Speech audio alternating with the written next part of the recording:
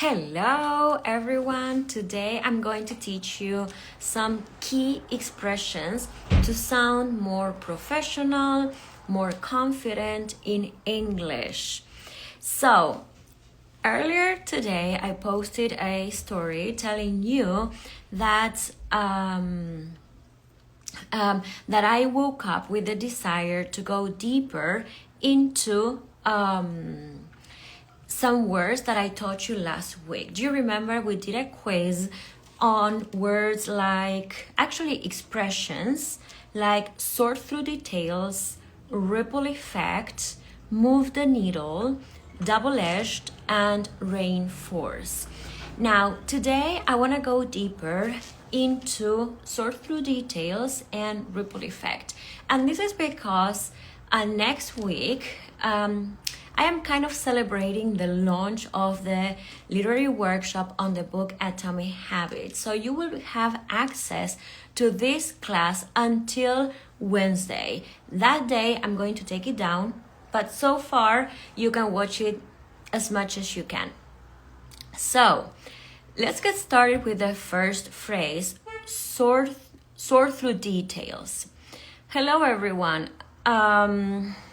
I will ask you for some questions, for some answers, so that I can help you think better and make the right connections so that you can remember these phrases later on. So who knows here what the meaning of sort through details is?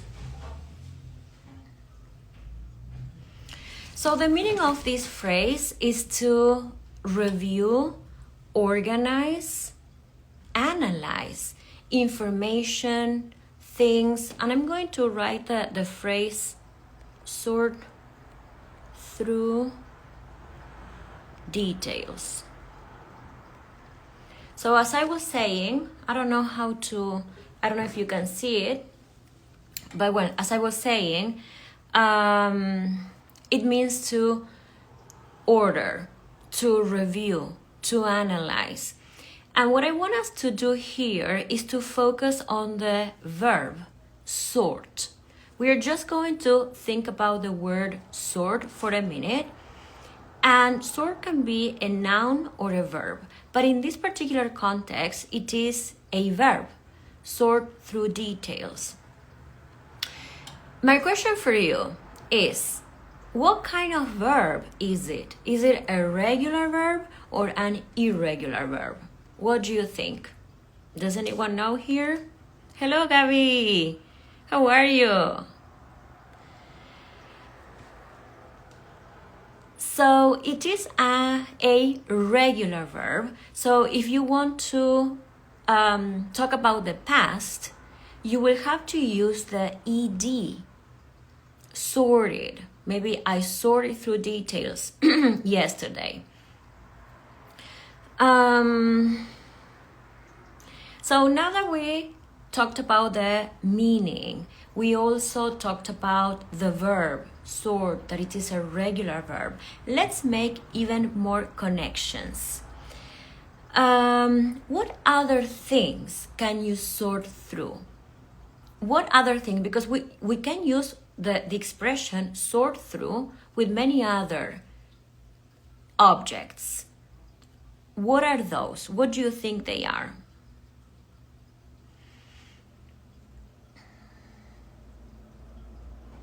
So actually we can sort through tangible things or intangible things. Remember that sort it means to order, to review, to analyze. So for tangible things, maybe you can sort through books, through magazines.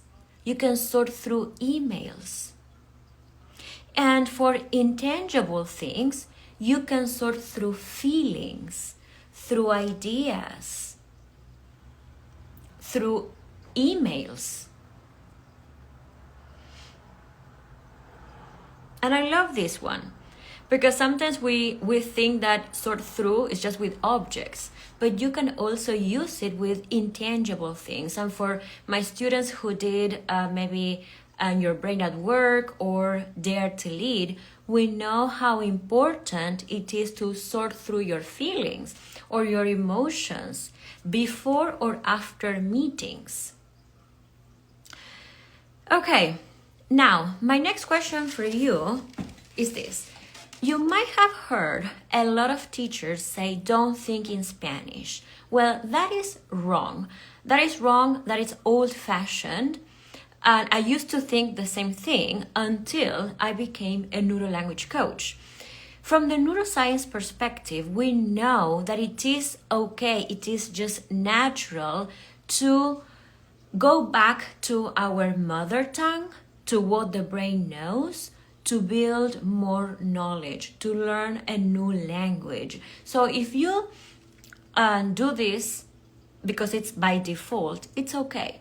Of course, you have to do this carefully because you don't want to make mistakes. Sometimes when we rely so much on Spanish, sometimes we will make mistakes because the languages are not the same. That's why you need someone to guide you and ask you the right questions to find the similarities, the differences. So depending on the approach that you use, it is okay to use Spanish as a tool to learn English, Spanish or any other language that you already know. So my question for you is, what or how do you say sort through details in Spanish? Or how do you say sort through in Spanish or any other language that you know?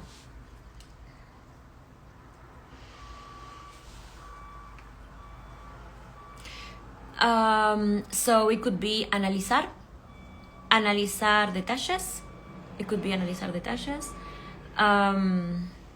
Okay, now that we worked with sort through details, let's move on to ripple effect. Now, this one might be one of my favorite expressions from the book Atomic Habits. I love this expression and it's so productive. I mean, it's so useful to really know what it means and how to use it. So let's start with the meaning. What does it mean? A ripple effect. Basically, or in a nutshell, an action, a decision can have a ripple effect on other areas. It's like a brain-friendly practice is to create visuals for vocabulary. And here we have a very good one for ripple effect. So I want you to imagine here in your brains, in your brain, in your eyes, in your visuals, I want you to imagine a body of water and then you throwing a rock and seeing the ripples. That is, like the waves. That is a ripple. So when we make a decision or we take some type of action, those actions have consequences, and that would be the ripple effect. Now, ripple effect is not a verb. This is a noun phrase. However, there are common verbs that go with ripple effect. For example, have. It can have a ripple effect. Create a ripple effect. Or cause a ripple effect. So, have, create, and cause a ripple effect. Now, let's make more connections. What actions or decisions can have a ripple effect in business? What actions or decisions can have a ripple effect in business? For example, policy changes. Policy changes can have a ripple effect in all areas of a company. Leadership decisions can have a ripple effect. And also, market trends can have a ripple effect on other areas. When it comes to your personal life, what actions or decisions can have a ripple effect in your personal life? Give me some answers, please.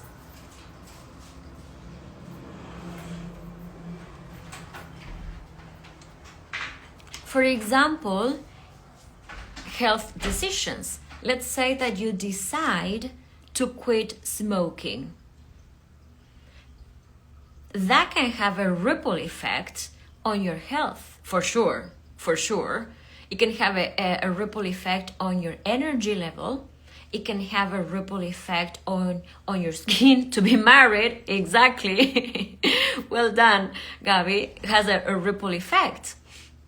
Yes, that's an action, okay, a decision.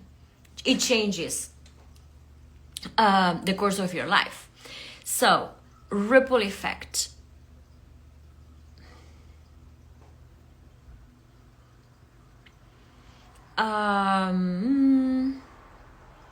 Okay, also habits and routines can have a ripple effect. Learning English has a ripple effect in your income, in your confidence, in your knowledge, in how much information you have access to.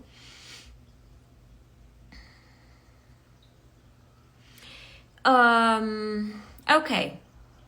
Now, what's the expression that we use in Spanish for ripple effect? Can you think of how do we say this in Spanish? How do we say ripple effect in Spanish? That would be kind of like un efecto rebote, yes? And if you speak other languages, how do you say ripple effect? In Portuguese or in Italian, whatever language that you speak. All right, so today we learned how to use, what's the meaning, and how to use sort through details or sort through, and also ripple effect. We also learned ripple effect. Now, your responsibility now for this to become a long-term, to be part of your long-term memory is to start using these phrases. The more you use them, the more they will be part of your everyday language repertoire. So that's your responsibility from now on. And remember that you will have access to this video until Wednesday, when the workshop, the literary workshop on the book Atomic Habit starts. So if you want to have a more like step-by-step process, learn the language through different angles, not just reading, but also speaking and also listening and doing a more comprehensive work with the language so that you can master it, and you can leave the word workshop in the comments so that I can get in contact with you and help you sign up for it. We're starting this Wednesday, not tomorrow, but this Wednesday, like next Wednesday on the 11th. And once you sign up, you will have access to the platform and you can start getting ready for our first session. We're going to have a short break for Christmas and New Year's, 2 weeks, and then we will resume in January. The goal here is that I want you to be ready to start March in your best shape ever, I would say, with confident English and knowing how to start, implement, build new habits and break bad ones or that are ineffective. So that's all that I have for you now. Thanks for watching and see you later. Bye bye.